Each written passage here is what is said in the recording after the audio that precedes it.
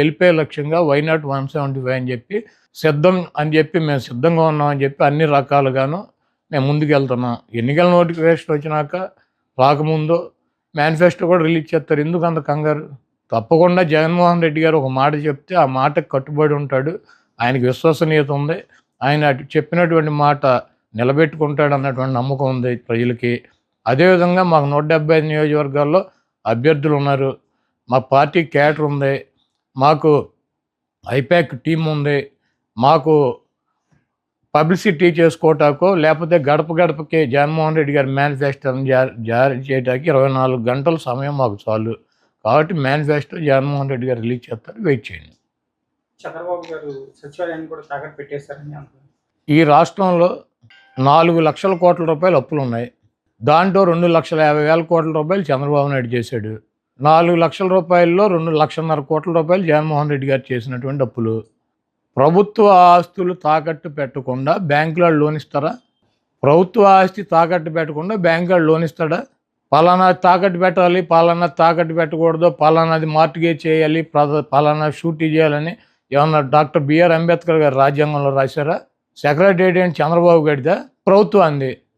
ప్రభుత్వం డబ్బులు కావాల్సి వచ్చినప్పుడు, ప్రజలకు అవసరమైనప్పుడు, బ్యాంకుల్లో డబ్బులు కావాల్సి వచ్చినప్పుడు మార్టిగేజ్ చేస్తారు, తాకట్టు పెడతారు, మళ్ళీ డబ్బులు కడతారు, రిలీజ్ చేసుకుంటారు. సెక్రటేరియట్ అని ఇది బాబు గడి సొత్తా, చంద్రబాబు గడి బాబు గడి సొత్తా? ఇది తాకట్టు పెట్టారు, అది తాకట్టు పెట్టారంటే వీడు పెట్టినయే పెట్టాలా? కానీ చంద్రబాబు నాయుడు పెట్టినటువంటి ఆస్తులు తాకట్టు పెట్టాలి. ఏమైనా రూల్ ఉందా? రాజ్యాంగంలో రాసి ఉందా? పలానా ఆస్తి పెట్టాలి, పలానా ఆస్తి పెట్టకూడదు? అది ప్రభుత్వ ఇష్టం.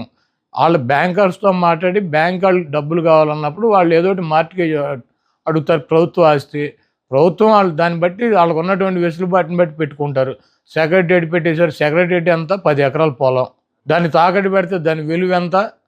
10 కోట్లు, లేకపోతే ఎకరం 20 కోట్లు ఉంటుంది, 2 కోట్లు ఉంటుంది, 20 కోట్ల ఆస్తి. ఒక సచివాలయమే పెట్టారా? నువ్వేం పెట్టలేదా గతంలో?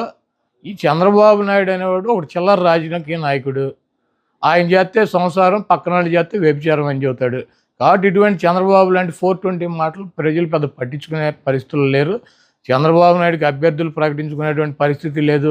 చంద్రబాబు నాయుడు అలయన్స్లో పక్కన వాళ్ళని నమ్మించేటువంటి పరిస్థితి లేదు.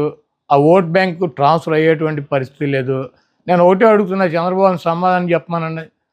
30 మంది పైన తన సామాజిక వర్గం 3% ఉన్న వాళ్ళకి 30 మంది కమ్మ వాళ్ళకి సీట్లు ఇచ్చాడు చంద్రబాబు నాయుడు. పవన్ కళ్యాణ్ అడ్డం పెట్టుకుని కాపులు ఓట్లు గంపగుత్తగా వేయించుకోవాలని ప్రయత్నం చేస్తున్నాడు. 20% పైన ఉన్నటువంటి సామాజిక వర్గానికి ఆయన ఇచ్చిన సీట్లు అన్నీ 24గా.